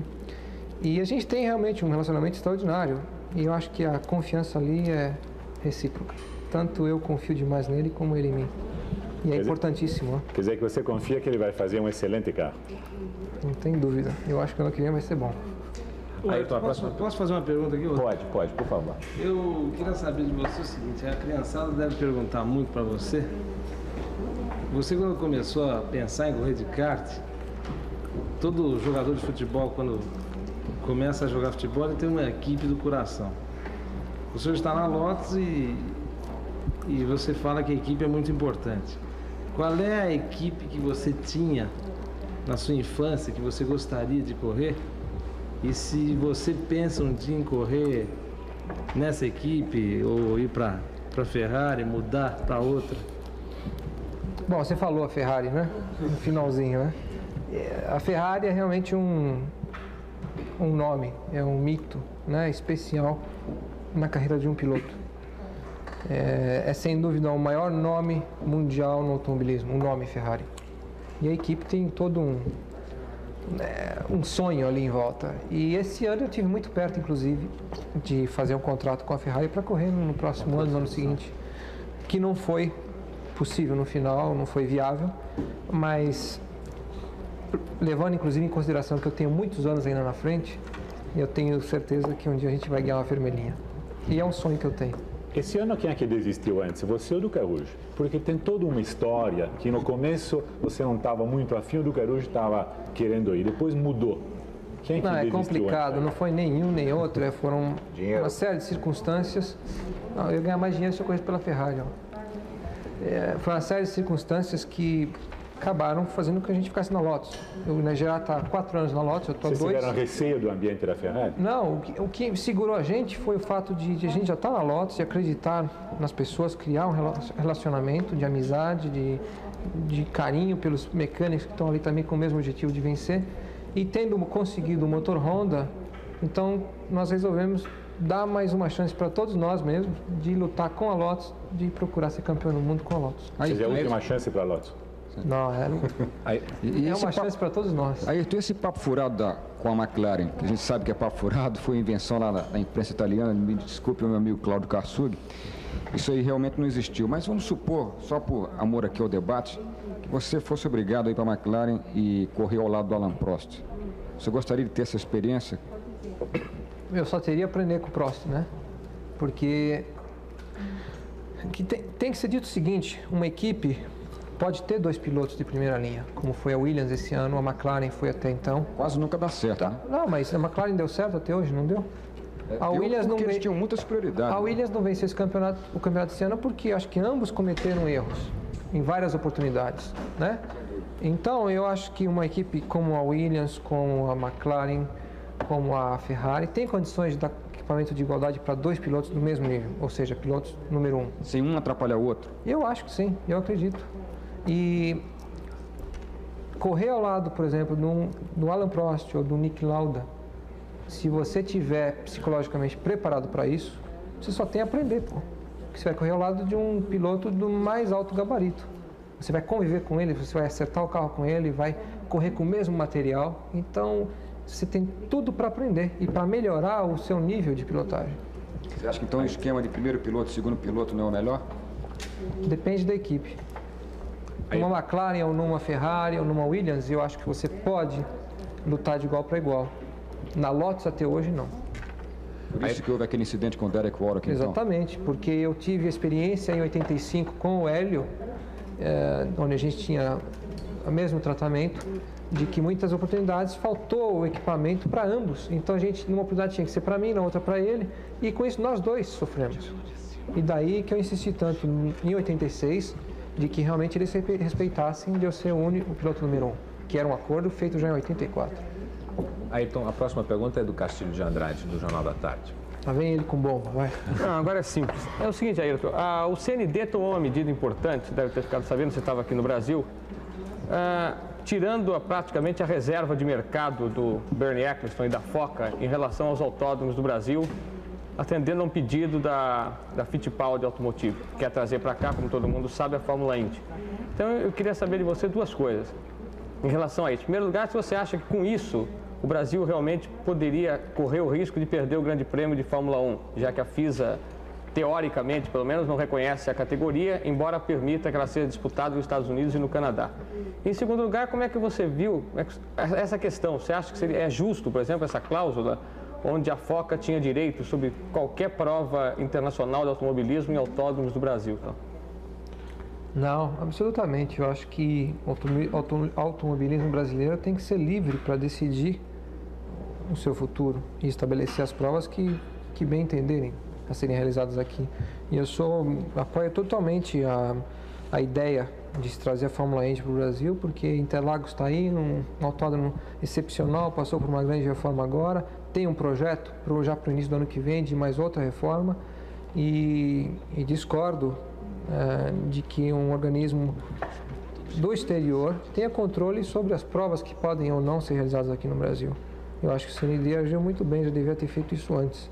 A segunda parte da questão, você acha que existe a possibilidade de uma represália, do Brasil vir a perder o Grande Prêmio de Fórmula 1 por causa disso? Teve alguma informação sobre isso? Não? Eu não tive informação nenhuma, mas eu não acredito absolutamente, porque o Brasil foi campeão do mundo vários anos de Fórmula 1 e, queira ou não, é uma peça-chave no Campeonato do Mundo de Fórmula 1. Para todos os patrocinadores que estão envolvidos ali, são multinacionais, têm interesse, e a Fórmula 1 vive dos patrocinadores, E o Bernie não ganha da muito FISA. dinheiro. Né? E o Bernie ganha muito dinheiro. Se ele ganha ou não vem ao caso. O que interessa é que ele organiza bem O que é a e Fórmula faz um Indy? bom trabalho. Agora, eu não posso também concordar que seja o Bernie ou quem fosse, tivesse direito sobre o automobilismo interno no Brasil. O Brasil tem que estabelecer e decidir que corrida vai ser feita aqui ou não. Alan, antes de Ayrton, o Alan te fez uma pergunta sobre a Fórmula Indy, mas antes da gente começar a falar da Fórmula Indy, tem pergunta do telespectador sobre isso também. Você falou do Autódromo de Interlagos. A próxima pergunta que eu gostaria que você respondesse é do Chico Landi, corredor, que é o diretor do autódromo agora e entra por ali também, pelos monitores. Por favor. Eu gostaria de saber o que você acharia da Fórmula 1 voltar para Interlagos, que sempre teve uma energia aqui em São Paulo e perdemos ela por causa do Rio. É isso aí, Chico. Não tem dúvida, eu acho que a melhor opção para o Brasil seria ter um ano Rio, um ano São Paulo. O Rio é um ótimo autódromo. O Rio de Janeiro para a Fórmula 1 também é um local bom, adequado para o turismo, para a imagem mundial, nas transmissões que são feitas mundialmente sobre o Grande Prêmio. Mas São Paulo é quem começou com o automobilismo, com a Fórmula 1. E tem um autódromo superior ao Rio, tecnicamente, tem uma vista enorme, é uma pista que tem alta, média, baixa velocidade. E para o público, inclusive, de vários pontos da pista, pode ver quase toda a pista. Então, eu acho que o ideal seria ter aqui em São Paulo e no Rio e alternar um grande prêmio, né? Agora sim, Alan, por favor, você está querendo entrar na Fórmula Indy? Pergunta simples na Fórmula Indy. Você acha que a Fórmula Indy realmente é um refúgio de piloto que não dá mais para a Fórmula 1? A Fórmula Indy é uma categoria que está presa aos Estados Unidos. Então, você tem praticamente só americanos correndo lá, com poucas exceções. Então, tem um mexicano, tem um colombiano, tem 2 brasileiros, mas ela é muito americana, né? É USA. E correm em pistas de ovais, agora que eles estão diversificando um pouco, colocando em autódromos também, pistas de rua, correndo na chuva, eles até pouco tempo atrás não corriam na chuva. Então, eles estão indo no caminho, digamos, da Fórmula 1, porque a Fórmula 1 compete um pouco com eles em termos mundiais. Nos Estados Unidos eles são absolutos, a Fórmula 1 praticamente não existe lá. Tem o Grande Prêmio de Detroit, que não tem repercussão nenhuma em termos de Fórmula Indy. Você não pode dizer que ela é uma categoria de refúgio de pilotos. Você tem o Mario Andretti lá, entre outros, né? Emerson Fittipaldi. Emerson Fittipaldi. Você tem muitos pilotos lá que foram campeões. Tem pilotos também que não foram muito bons, como na Fórmula 1. Tem pilotos de categoria e pilotos que nunca atingiram nenhuma expressão. Em qualquer categoria do mundo inteiro você vai encontrar. Na Fórmula 500 milhas de Anápolis? Não, porque o risco é muito alto. O risco na Fórmula 1 já é altíssimo. Então, já tem dor de cabeça suficiente na Fórmula 1. Não dá nem para fazer mais nada. É mais alto o risco na Fórmula Indy? É, porque naqueles ovais que eles correm com muita frequência, eles correm com um paredão em volta e a uma velocidade altíssima. E a um menor descontrole já é uma pancada daquela. A gente conferir depois, Gamberini, se ele nunca vai mudar de opinião, porque o Emerson falava exatamente a mesma coisa. Dizia o seguinte: exatamente isso não é corrida de automóvel, isso é um suicídio. Ninguém vai me fazer sentar num carro desse para andar nesse negócio. Mas depois, Ayrton, você não acha que um dia você pode descobrir que a mudar de opinião, Ayrton, né? Um dia você não pode descobrir que a Fórmula Indy é muito mais segura do que você imagina hoje? Eu vou entrar em fria se eu responder essa pergunta. Olha. A Fórmula Indy não pode, aos poucos, tirar o espaço da Fórmula 1? Não, deixa ele... Ela não pode, aos poucos, crescendo, tirando o espaço da Fórmula 1? Tu acha que a Fórmula 1 é absoluta? Não, eu acho que a Fórmula 1, mundialmente, está muito acima da Fórmula Indy, porque ela reúne pilotos do mundo inteiro. Ao passo que a Fórmula Indy, ela está concentrada com americanos e ela não tem a repercussão que tem a Fórmula 1. Mas ela expandindo como tal, não pode chegar a isso? Ela vai aumentar, não tem dúvida, mas eu acho que ela nunca vai chegar em termos de repercussão mundial ao nível da Fórmula 1. O Galvão lembrou bem essa coisa do Emerson, que ele falava que aquilo jamais correria, de jeito nenhum. Depois fez um contrato que eu não sei de quantos milhões de dólares foi, quantos milhões de dólares ele está ganhando hoje e está correndo. Você admite a possibilidade de um dia vir a correr na Fórmula Indy? Rodolfo, você só viria a correr na Fórmula Indy por dinheiro? Deixa eu só cavalar aqui uma perguntinha em cima da sua, que eu acho que tem o mesmo assunto. Uma pergunta simples, todo mundo está fazendo pergunta assim. No tênis, se divulga lá, o fulano ganhou tanto na temporada, não sei o quê. Um piloto de Fórmula 1, sabia que essa pergunta um piloto de primeira linha, não é o seu caso, que eu não estou querendo ser imposto, até porque eu não tenho cara de leão. Agora, um piloto de Fórmula 1, em média, piloto de grande equipe, quanto ele ganha por mês, mais ou menos? Por mês. Bom, então vamos por partes, né? Vamos. Eu acho que a Fórmula Indy, para quem tem possibilidade de correr na Fórmula 1, é uma categoria mais perigosa. E existe risco suficiente na Fórmula 1 para escolher a Fórmula Indy. Então, por essa razão, eu nunca escolheria a Fórmula Indy para correr. E que confere menos prestígio ao mesmo tempo? Mundialmente, não tem dúvida. A Fórmula 1 tem muito mais prestígio. Atinge um número de pessoas dezenas de vezes maior, né? Depois do final da pergunta... Se você admite a possibilidade de um dia vir a correr na Fórmula Indy, se vier a correr, seria só por dinheiro? Não seria. Isso eu posso responder hoje com convicção que não seria por dinheiro, porque, graças a Deus, eu tive tudo que quis até hoje. Minha família teve condições de me dar tudo o que eu quis.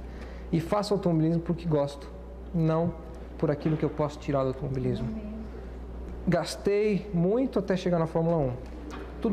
Tudo que eu consegui em patrocínio, eu investi na minha própria carreira, para ter um carro melhor, tá? E só hoje é que realmente estou vivendo da Fórmula 1. Mas não corro pelo dinheiro, eu corro por aquilo que gosto, que não preciso. Essa é a principal razão.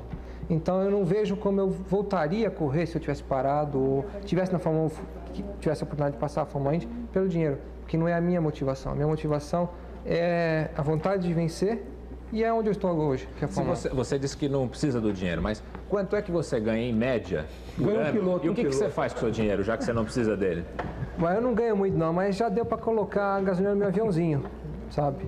Ele usa meio litro de combustível, dá uns 10 minutos de autonomia, aqueles de rádio controle, assim, é o Citation. Me diz o seguinte, essa história do tênis, pelo menos vamos tentar uma coisa.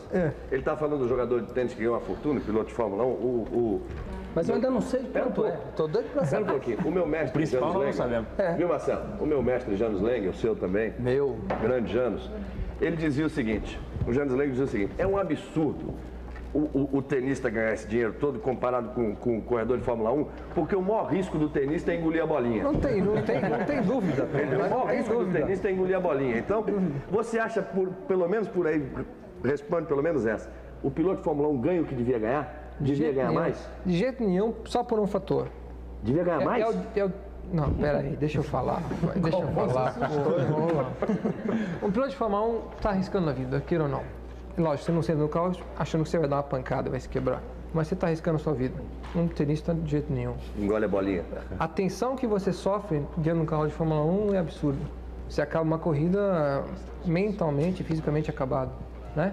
E o que você ganha está extremamente ligado ao sucesso que obtém na Fórmula 1. Porque metade dos pilotos que estão ali estão pagando para correr.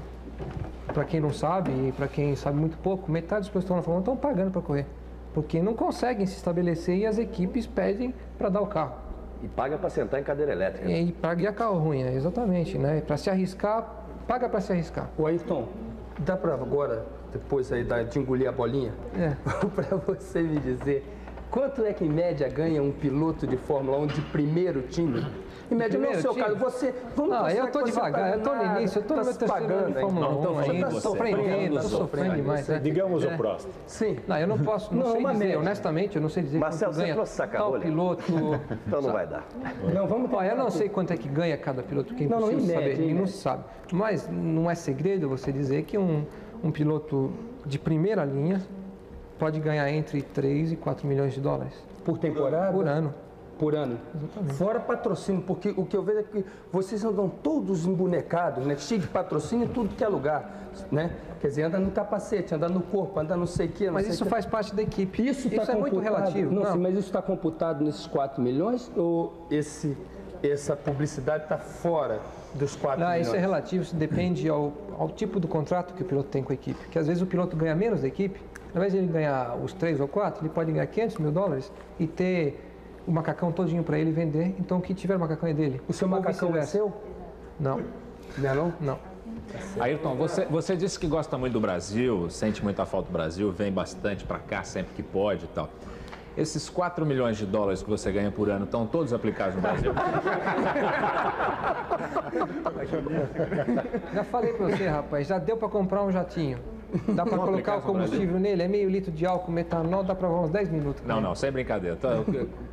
O dinheiro está no Brasil. O que você faz com o seu dinheiro? Você investe? O que você faz? É claro que você investe. O que eu menos penso é no dinheiro que eu ganho. Marcelo, tem mais um da equipe que cuida do dinheiro. Que de tudo aquilo que você... marcar, tem tudo. É de tudo aquilo, eu volto a falar aquilo que eu disse no início do programa. Daquilo que você não entende, a melhor coisa é não se meter. Deixa para quem entende. E como eu não entendo muito dessa parte financeira, eu não mexo com isso aí. Eu queria pedir para você ver agora umas imagens que nós vamos mostrar e que você nos dissesse o que elas te lembram, o que você sente quando vê essas imagens. São imagens de uma corrida que nós vamos ver, por favor.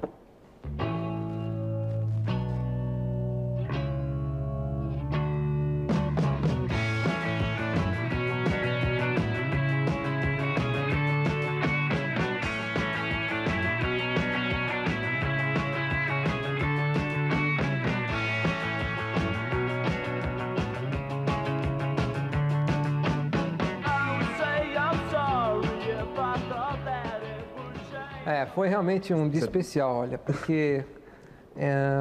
Você sabe o nome dessa música que estava tocando? Boys Don't Cry. Boys Don't Cry. Rapazes não choram. Eu estava chamando a atenção. E você tá com os olhos aí com lágrimas. O que você lembra dessa? Eu lembro, é um dia especial. Foi em Detroit, onde no dia anterior eu acabei fazendo a pole position. Eram 10 para as 2 da tarde. E quando eu entrei no box devagarzinho, tinha acabado de obter a pole position, um mecânico meu segurando um quadro dizendo Brasil 1, França 0. Que o Brasil tinha acabado de fazer o gol contra a França, né? Eu saí do carro, fui direto para o meu apartamento no hotel para assistir o jogo, né? E tinha uma conferência de imprensa que eu tinha que ir, né? Me meteram o pau, disseram que eu não dava bola para a imprensa aqui. Eu estava afim de assistir o jogo do Brasil. Fui lá, assisti o jogo do Brasil e meu projetista é francês. Os mecânicos da Renault eram tudo francês. Bom, conclusão. Depois do jogo, eu nem fui à garagem onde o pessoal trabalha durante a tarde toda para ir no carro para o dia seguinte, porque eu sabia que eles iam me alugar, né? E nem apareci no dia, na garagem, só apareci no domingo cedo na pista, porque o Brasil tomou pau, né? E, por uma grande felicidade, a gente venceu a corrida. E o interessante é que tinha muito brasileiro lá, sabe? Eu notei que tinha muito brasileiro. E quando eu passei na linha de chegada, que eu diminuí, eu estava esgotado, que foi uma corrida dura fisicamente, e eu vi um brasileiro do lado de lá da cerca, para trás da bandeirinha, com uma bandeirinha do Brasil, né? E, então, foi instinto. Eu parei e fazia sinal para o cara que está do outro lado da cerca, ele não podia vir, o bandeirinha do meu lado, ele não entendia nada. Ele falou, bandeira, né? Mas ninguém entendia nada. Até que o bandeirinha olhou para mim, olhou para o cara e entendeu. Aí o bandeirinha foi lá, tomou a bandeira do torcedor, que está pendurado lá na cerca, entendeu? Isso que é maravilhoso, né? O cara lá torcendo, né? E trouxe a bandeira para mim e eu dei uma volta com a bandeira. Então foi um dia especial, né? Uma desforra. Esse torcedor te procurou depois da corrida? Se procurou, não conseguiu encontrar, porque é uma loucura, né? Depois da corrida. Mas foi um momento que vai ficar sempre guardado aqui, né? Eu queria tentar pegar por esse aspecto dele. E por infelicidade, a Globo não transmitiu a corrida, né? Foi transmitir o compacto lá, justo na corrida que a gente ganha, né? Tá vendo? Só para transmitir a Argentina e não sei quem lá. Foi transmitido da cidade do né? México. E eu citei esse à distância, mas sentindo o que você estava sentindo, mais ou menos eu descrevi esse momento. Eu imaginei que você tivesse visto essa bandeira até mesmo durante a corrida. Durante a corrida dá para ver o que está na plateia? Uma pista dessa dá. Uma pista dessa é difícil, porque tem o paredão de cada lado, de meio, rapaz. Se você não olhar... a velocidade mais lenta e o sujeito não. No ano passado, por tentar olhar para um outro lugar, eu esqueci que o freio estava meio baixo e eu dei com o nariz no guarda-reio lá, sabe? Aí não teve essa, não. Só depois da corrida que eu vi a bandeira. Vocês ficam dentro daquele carro, uma temperatura alta, né, dentro do carro. Deve ser um barulho que deve dar sonolência, você tem um preparo físico, mas tem horas que a sua cabeça deve sair um pouquinho da Fórmula 1, deve sair um pouquinho do carro. Para onde vai a sua cabeça nessas horas? Eu vou te citar um exemplo, que foi no ano passado na Bélgica, onde eu venci também. E até a metade da prova foi difícil, aí eu consegui pegar uma distância, então com aquilo deu uma relaxada. E começou a ficar um pouco monótono até, porque eu não tinha pressão de ninguém por detrás, e eu estava, então, até demais relaxado. Então eu vinha de uma fase onde eu não terminava uma corrida, sempre quebrava alguma coisa. Eu vinha sempre liderando e quebrava alguma coisa. Você estava relaxado porque sabia que... Eu já comecei a pensar, falei, agora o que vai quebrar, né? Eu já vinha esperando. Cada coisa que eu fazia, eu falei, agora o que vai quebrar? Não vai terminar, é normal quebrar, né? E foi. Aí eu comecei a pensar assim, eu estava programado de ver o Brasil, inclusive, no dia seguinte. Eu ia sair da pista direto para o aeroporto e tal, para pegar uma conexão. E eu comecei a pensar assim, se eu ganhasse essa corrida ia ser bom, né? A galera lá no Brasil ia gostar, né? Ia ser uma força e tal. E comecei a pensar isso guiando o carro, que já tá monótono, que eu achei que ia quebrar, eu não estava acreditando que ia acabar a corrida, né? E já pensando, se chegar vai ser bom demais, vou chegar no Brasil no dia seguinte, vai ser bom, né? É bom chegar em casa, né? Ganhando uma corrida no dia anterior, claro. Né? Então, são coisas que passam pela cabeça, mas geralmente a pressão é tão grande e o desgaste físico, mental, que não dá para você pensar nessas coisas, não. Rodolfo, é o carro de corrida. Eu queria, por esse aspecto, agora há pouco ele vendo aí aquela cena, chorando, e essa história que ele estava contando. Chorando o quê, rapaz? O homem não chora? Estava chorando, sim. Não tenha vergonha de chorar, não. É bonito. Ele, logo depois dessa corrida da Bélgica, que ele está dizendo toda essa história, que ele vinha contando, o embarque foi naquele dia de noite, e nós viemos conversando no avião. Voltávamos juntos para o Brasil e viemos conversando no avião. E não precisava perguntar nada, não. Ele falava pelos cotovelos. E aí começou a falar do pai, do Milton, que antes dele nascer viu um kart, disse, quando meu filho nascer vou fazer um kart igual a esse para ele correr. E ele falava e chorava. Falava e chorava, isso é mentira, isso não é verdade não, isso é papo furado. Cascata de carioca. Olha pra cá, você é um chorão? Você é um bobão nesse aspecto? Ou você é uma pessoa realmente ligada demais? O que é a família para você? O que ela representa no seu trabalho, no seu sentimento, no seu dia a dia? Principalmente pelo fato dela estar aqui e você morar sozinho lá na Inglaterra. Como é que são as suas noites lá na Inglaterra, pensando aqui no Brasil?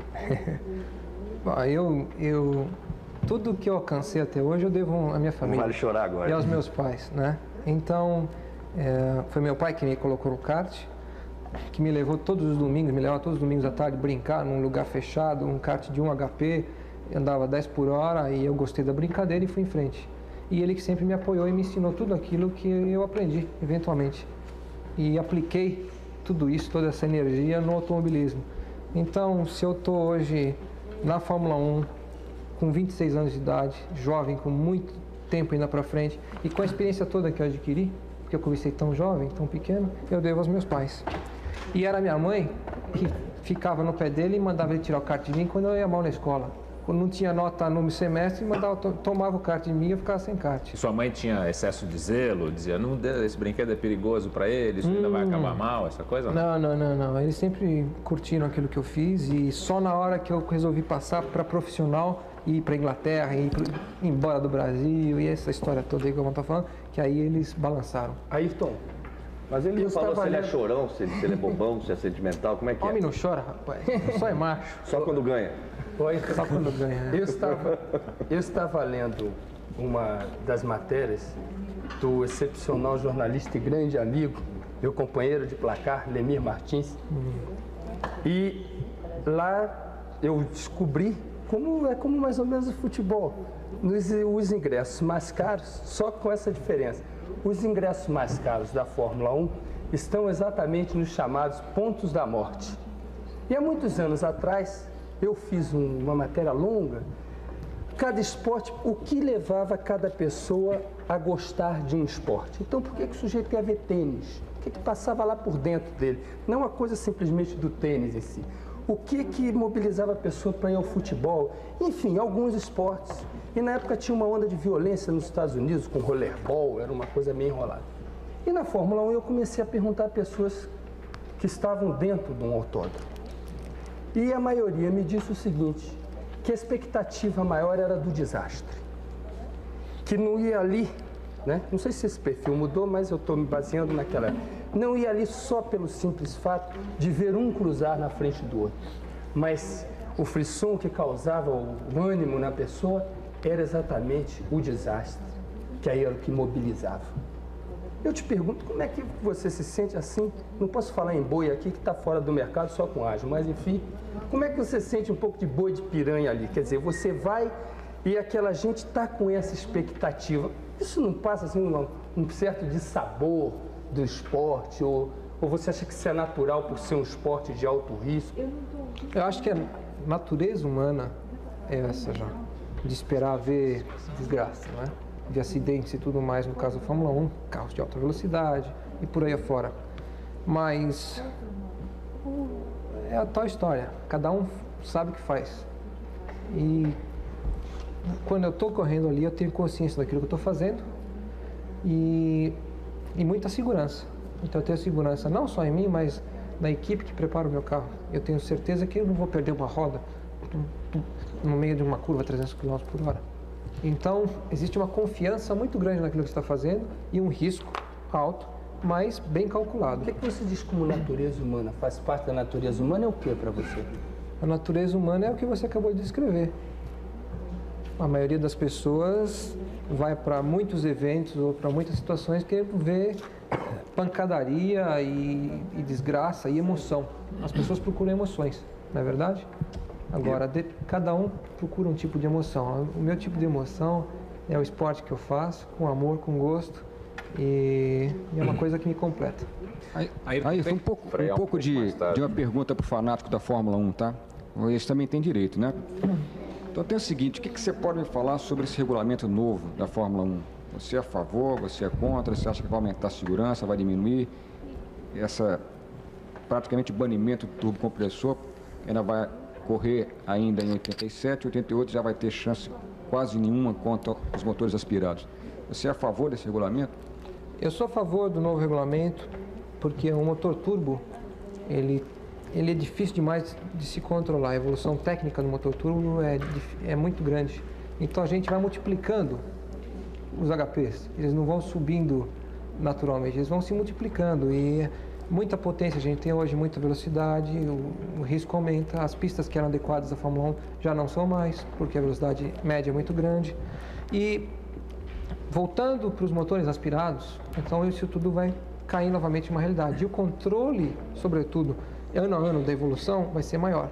Então, hoje em dia, um acidente no motor turbo, o que acontece? É fogo. O turbo está a 1000 graus. No motor de 6 cilindros, tem 2 turbos, um em cada lado. Então, a primeira coisa que acontece é quando existe uma parada brusca, é aquele turbo a 1000 graus incendiar. E o incêndio é um dos maiores pavores num carro de Fórmula 1, né? Então, passando o motor aspirado, isso já está anulado automaticamente. E com a velocidade sendo reduzida, também eu acho que vai trazer uma competitividade bem maior.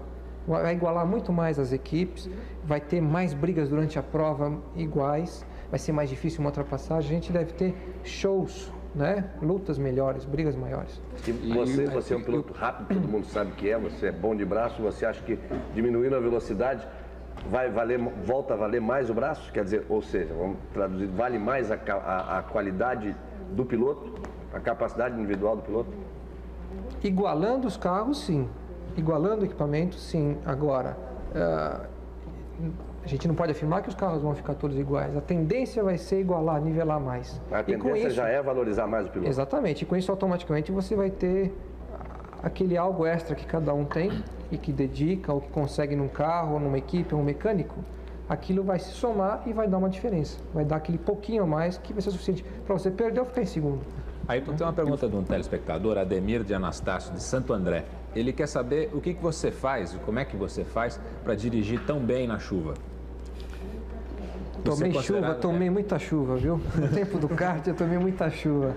Olha, foram várias as vezes que durante a semana eu ia para Interlagos, saía da escola, minha motorista ia me buscar lá, meio-dia, com os karts atrás, na carreta, me levava para a pista, Interlagos, terça, quarta ou quinta, passava a tarde inteira lá treinando.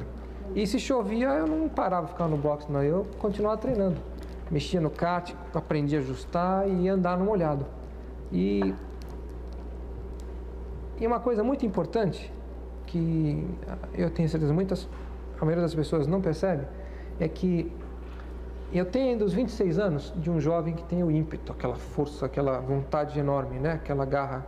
Mas tenho a experiência de um piloto já de 35, 40 anos, por eu ter começado tão cedo no kart e por eu ter dedicado tanto tempo. Então, toda a experiência que eu adquiri no kart, que foi a minha maior escola para o automobilismo, foi enorme. Eu tive 15 anos de kart. E 15 anos, assim, de profissional. Era um hobby, mas eu me dedicava como profissional. E você chega a ficar animado quando você percebe que na prova vai chover? Você chega Não, o problema é um só. Nuvem, o problema é um só. É que toda vez que chove, o pessoal já fala, o Ayrton já ganhou. Vai ser moleza, barbada, né? E não é assim que é duro. Que na chuva você não pode cometer nenhum erro.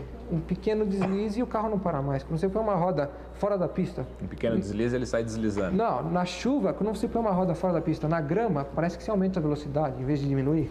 Então você não pode errar.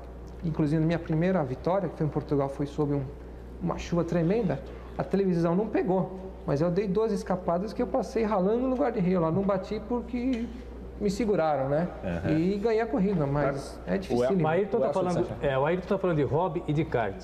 E eu tenho uma pergunta que encaixa os dois. A infância dele. Exato, encaixa os dois. Mas agora vamos trazer um pouco mais para cá. Um dos hobbies do Ayrton, nós sabemos, ele gosta de pilotar o aviãozinho dele, controle remoto. Mas esse aviãozinho, ele leva lá para Interlagos, em dias que tem corrida de kart. E ele fica no autódromo. E todos nós sabemos que o Ayrton está no autódromo brincando com o aviãozinho dele. Aí o pessoal vem para mim e diz assim, por que o Ayrton não vem até aqui falar com a gente? Ele saiu daqui, será que ele já esqueceu? E eu tenho que limpar a sua barra.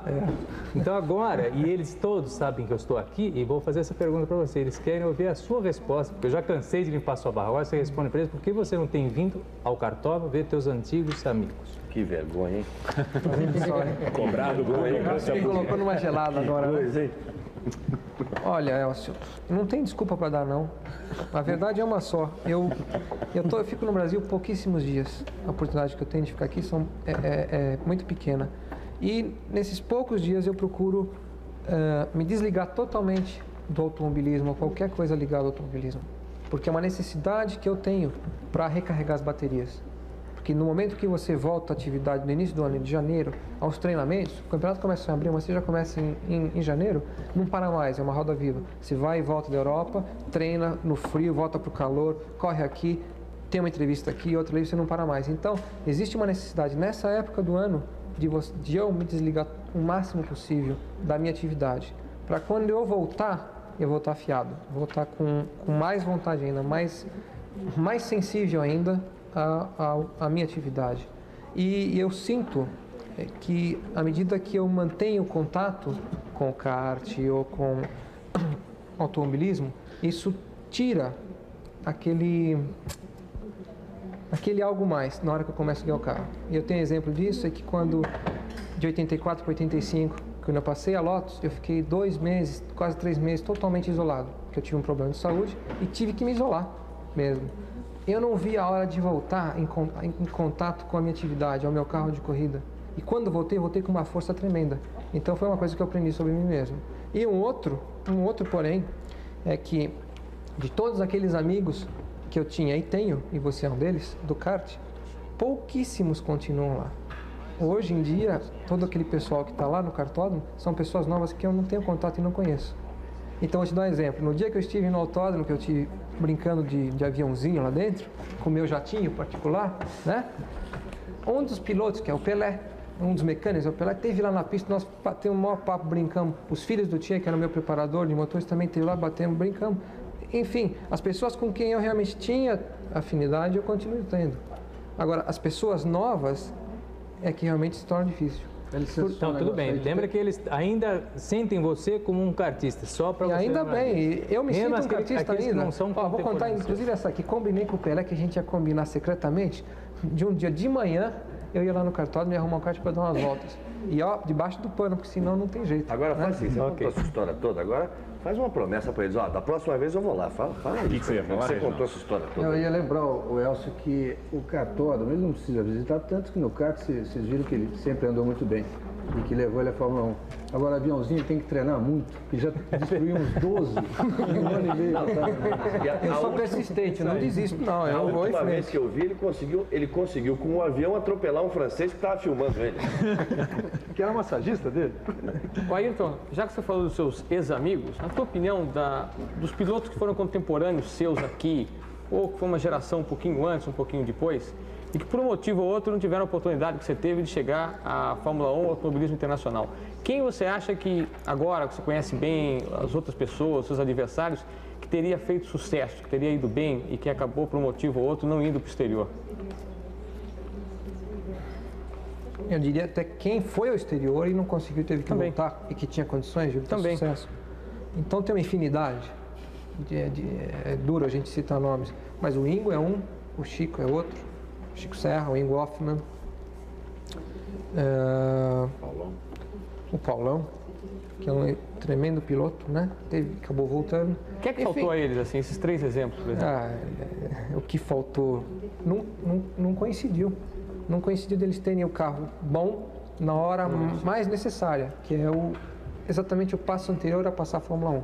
Se naquele momento, aquele degrauzinho abaixo da Fórmula 1, você tiver uma temporada de sucesso, é o suficiente para queimar a sua carreira. E é difícil você conseguir manter o nível lá em cima em todos os anos. Você acha e nas horas mais críticas. Acontecendo com o Gugelmin atualmente? O Maurício teve um ano difícil, mas ele teve a felicidade de encontrar uma boa equipe para o ano que vem. E quais são as chances dele e do Moreno agora? Eu acho grandes, porque a Honda vai investir muito no motor aspirado, visando já o campeonato do ano seguinte da Fórmula 1, e também porque o campeonato japonês de Fórmula 2 passou a ser o campeonato de Fórmula 3000. E como lá tem a Yamaha envolvida também em outras fábricas, a Honda está também dando uma força para o John Judd, que é na Inglaterra quem faz os motores, com desenvolvimento lá no Japão, em Tóquio, no desenvolvimento do motor aspirado. Então, eu acho que com a Honda, eles vão ter muita chance. Aí, então, dentro da pergunta do Castilho, uma coisa que me preocupa, que eu acho que é muito a cabeça do brasileiro, né? O Stewart, uma vez, tinha uma frase na Fórmula 1, Jack Stewart, o primeiro é o primeiro, o segundo não é ninguém, mas eu acho que isso é muito mais a cabeça do brasileiro do que a própria cabeça do Stewart. Você dizia, quem foi que não teve sucesso nenhum? O Ingo, o Chico. Quer dizer, o Gugelmin agora, ele sai daqui, vai para lá, é campeão inglês de Fórmula 3, vai na terra dos outros, é campeão do campeonato dos outros, corre de Fórmula 1 e a gente considera como se eles não tenham tido sucesso nenhum. Não, o cara saiu daqui, foi para lá, foi campeão inglês de Fórmula 3, os dois correram de Fórmula 1, o Maurício é campeão. Eu acho que é muito a cabeça do brasileiro isso. Não estou dizendo a sua, não. Eu quero que você coloque até que ponto isso te preocupa, não, veja bem, isso te pressiona. Se você prestar atenção na minha resposta, eu disse que é difícil você manter o nível de performance não disse a cada ano que passa. Então eu citei muito bem que o ponto mais crítico de um piloto que está querendo chegar à Fórmula 1 é exatamente o ano que antecede uma possível ida à Fórmula 1. Isso aconteceu com o Chico e com o Ingo. Quando eles estavam para ter um ano de sucesso, aí teria uma chance de Fórmula 1, eles foram mal. E aí não conseguiram uma nova chance para se refazer. O Maurício é um exemplo desse, só que ele teve essa chance, vai ter essa chance. Foram à Fórmula 1, né? Tá. Mas foram uma equipe ruim. Sem condições. Não, mas foram num carro que não tinha condições. Eu não estou discutindo a performance deles, não. Exatamente. Eu estou colocando a coisa nesse nível. O brasileiro sai daqui, é campeão na terra do outro. O brasileiro ganha tudo quanto é campeonato. Exato. Lá. Todo ano o brasileiro ganha campeonato de Fórmula Ford e Fórmula 3. Chega um brasileiro na Inglaterra. É raro o ano que não acontece. Cada vez que chega um brasileiro na Inglaterra, o inglês bota a mão na cabeça e diz, não, mais um eu não aguento, veio mais um para ganhar. E a gente fica cobrando de cada brasileiro um campeão mundial de Fórmula 1. Não, o problema do brasileiro é esse, que o brasileiro está acostumado, em termos de automobilismo e futebol, isso é o que aí só ganhar. Agora você vai responder. Então o Brasil é várias vezes campeão do mundo de futebol, várias vezes campeão do mundo de automobilismo. Então, para o brasileiro acostumou que é campeão. Você tem time de futebol? Oi? Você tem time? Você torce para o corintiano, mas não sou roxo. Né? Então o brasileiro só vê primeiro lugar, porque está acostumado, pô. Quem está acostumado a comer caviar não acostuma a comer arroz e feijão, pô. Não é verdade? Você terminou essa resposta? Porque eu estou aqui cercado de perguntas de telespectadores, está uma porção. E eu percebi que a maioria das pessoas que telefona para cá é de moças. Você disse no começo do programa que não fazia muito sucesso, mas a maioria esmagadora mas só é tem de que avisar para elas para ligar lá para a assessoria para marcar. É o Armando Botelho que cuida dessa área. Que cuida dessa área. Armando Botelho, então, que cuida. Então, a maioria é de mulheres. E tem uma pergunta da Eliana, ela não deu sobrenome, mora no Tatuapé, e ela te faz a seguinte pergunta. Se uma mulher tivesse poder econômico e habilidade para pilotar um carro de Fórmula 1, ela conseguiria? Ou a Fórmula 1, a opinião dela, é um clube de bolinhas onde luluzinhas não são aceitas? Teve, inclusive, a Lela Lombardi, correu de Fórmula 1. A Divina Gálica. Teve Divina Gálica. Teve. O problema é que tiveram 2, 3. Então, em questão de numérica, os homens, né, estão dando 10-0. Existe a barreira, que é natural. O automobilismo é tido como um esporte para macho, né, cabra macho e tal. E a mulher encontra muitas barreiras. Então, eu vou aproveitar e te fazer uma outra pergunta de telespectador para a gente encerrar o programa. É uma pergunta boa para a gente encerrar.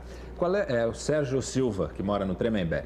Ele pergunta qual é o piloto pior para se ter pela frente, quando se precisa fazer uma ultrapassagem, e quais são os 3 melhores pilotos que você conhece na Fórmula 1. O pior, quando você está atrás e tem de ultrapassá-lo. E os 3 melhores pilotos, aí você pode, se quiser, lembrar de todas as épocas da Fórmula 1. Bom, eu diria que o pior de todos é aquele que não olha no espelhinho, né? Na hora que você vai passar, você está crente que o cara te viu e ele não viu e... Mas não tem um que seja mais mau caráter? Quem é que não olha no espelhinho normalmente? Tem alguns que nem tem espelhinho, né? Quais são os espelhinho, né? Para não correr o risco de olhar, né? Não vou citar nomes, não vou citar nome de jeito nenhum. Mas tem... Pode falar, eles não entendem português? Não, de forma alguma. Mas tem, é normal. Tem um que entende. Vai que entende, não é? Vai que entende, é por isso que ele não quer dizer. Pilotos melhores, e tem uma infinidade. Então, mas que eu acompanhei, que eu vi na televisão, que eu tava lá todo domingo, cedo levantava, ligava a televisão para assistir, como muito da meninada faz. Então, é o Jack Stewart, é o Emerson, e eu tinha uma admiração muito grande pelo Villeneuve, pelo arrojo dele e pelo profissionalismo do Niki Lauda.